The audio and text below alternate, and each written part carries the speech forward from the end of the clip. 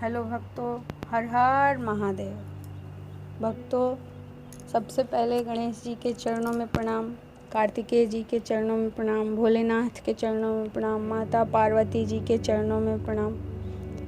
भक्तों, आज मैं शिव महापुराण के रुद्र संहिता का 16वां अध्याय कहने जा रही हूँ। मुझे विश्वास है कि आप लोगों को इसे सुनकर बहुत अच्छा लग रहा होगा और आप लोग इसका बहुत अच्छे से लाभ उठा रहे हैं और आप लोगों का सपोर्ट मुझे बहुत मिल रहा है। इसी के साथ मैं आज के कथा को आरंभ करने जा रही हूँ, जिसका शीर्षक है मानववादिक सृष्टि उत्पत्ति।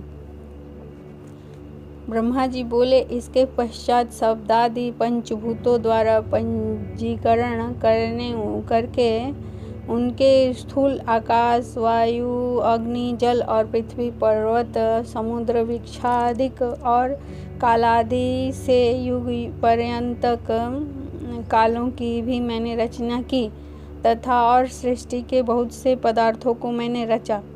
परंतु जब इससे भी मुझे संतुष्टि नहीं हुई तो मैंने अम्बा सहित शिव जी का ध्यान कर सृष्टि के अन्य पदार्थों की रचना की और अपने नेत्रों में मरीचि को, हृदय में भृगु को, सिर में अंगिरा को और कान में मुनि श्रेष्ठ पुलह को, उदर में पुलस्त्य को, समान में वशिष्ठ को, अपान में क्रतु को, कानों से अत्रि को, प्राण से दत्त को और गोदी में तुम नारद को और अपनी छाया से कर्दम मुनि को उत्पन्न किया। साथ ही सब साधनों का भी साधन धर्म को भी मैंने अपने संकल्प से उत्पन्न किया। तब मैं कृतार्थ हुआ। फिर मैंने अपना दो रूप किया। मैं आधे से नारी और आधे से पुरुष हुआ, जिसमें परम साधक पुरुष स्वयंभू मनु और शत्रुपा नाम वाली योगिनी एवं तपस्विनी वह नारी हुई जिस परम सुंदरी को ग्रहण कर मनु ने विवाह की विधि से मैथुन द्वारा सृष्टि की उत्पत्ति की। तब उससे मनु जी ने प्रियव्रत और उत्तानपाद नामक दो पुत्र तथा आकुति, देवहूति और प्रसूति नामक 3 कन्याएं उत्पन्न की और आकुति को रुचि नामक मुनि को और देवहूति को कर्मद मुनि को दिया तथा उत्तानपाद की छोटी बहन प्रसूति को दक्ष प्रजापति को दिया, जिसको संतानों से चराचर जगत भर गया। फिर आकुति ने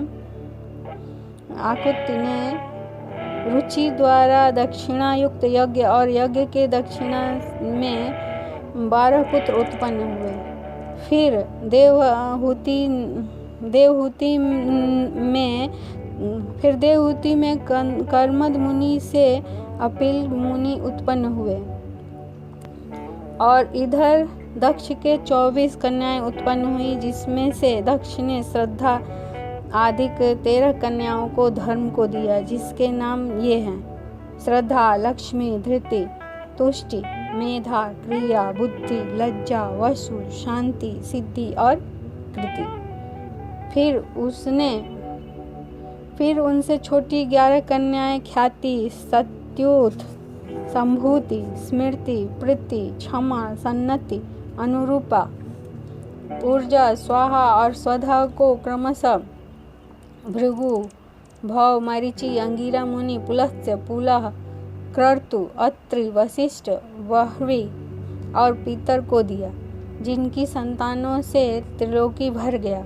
फिर तो शिव जी की आज्ञा से प्राणियों के कर्मानुसार असंख्य जातियों की उत्पत्ति हुई और जिसमें ब्राह्मण श्रेष्ठ हुए। कल्प भेद से दक्ष के 60 कन्याओं की भी उत्पत्ति कही गई है और जिसकी संतानों से पाताल से लेकर सत्यलोक तक यह चराचर जगत व्याप्त हो गया है तथा कुछ भी शून्य न रहा। इस प्रकार शिव जी की आज्ञा से ब्रह्मा जी ने सृष्टि की रचना की। सदाशिव ने त्रिशूल के अग्रभाग से सती की रक्षा की, जिन्हें सर्वव्यापी विष्णु जी ने अपने प्रभाव से पहले ही निर्माण किया था और भी कन्याएं दक्ष जी से लोक कल्याण के लिए भी प्रकट हुई थी। इस प्रकार शिव जी ने भक्तों के उद्धार के लिए बहुत ही लीलाएं की। जिनका वाम अंग वैकुंठ और दक्षिण अंग में मैं हूँ। इस प्रकार मैं, विष्णु और रुद्र, यही 3 गुण इधर प्रधान हुए और उधर इसी प्रकार सत, रज और तम 3 गुणों से जिनका मैं स्वयं प्रधान हूँ, उसमें से रजोगुण वाली सूरा देवी तथा सतोगुण वाली सती और तमोगुण वाली लक्ष्मी प्रकट हुई।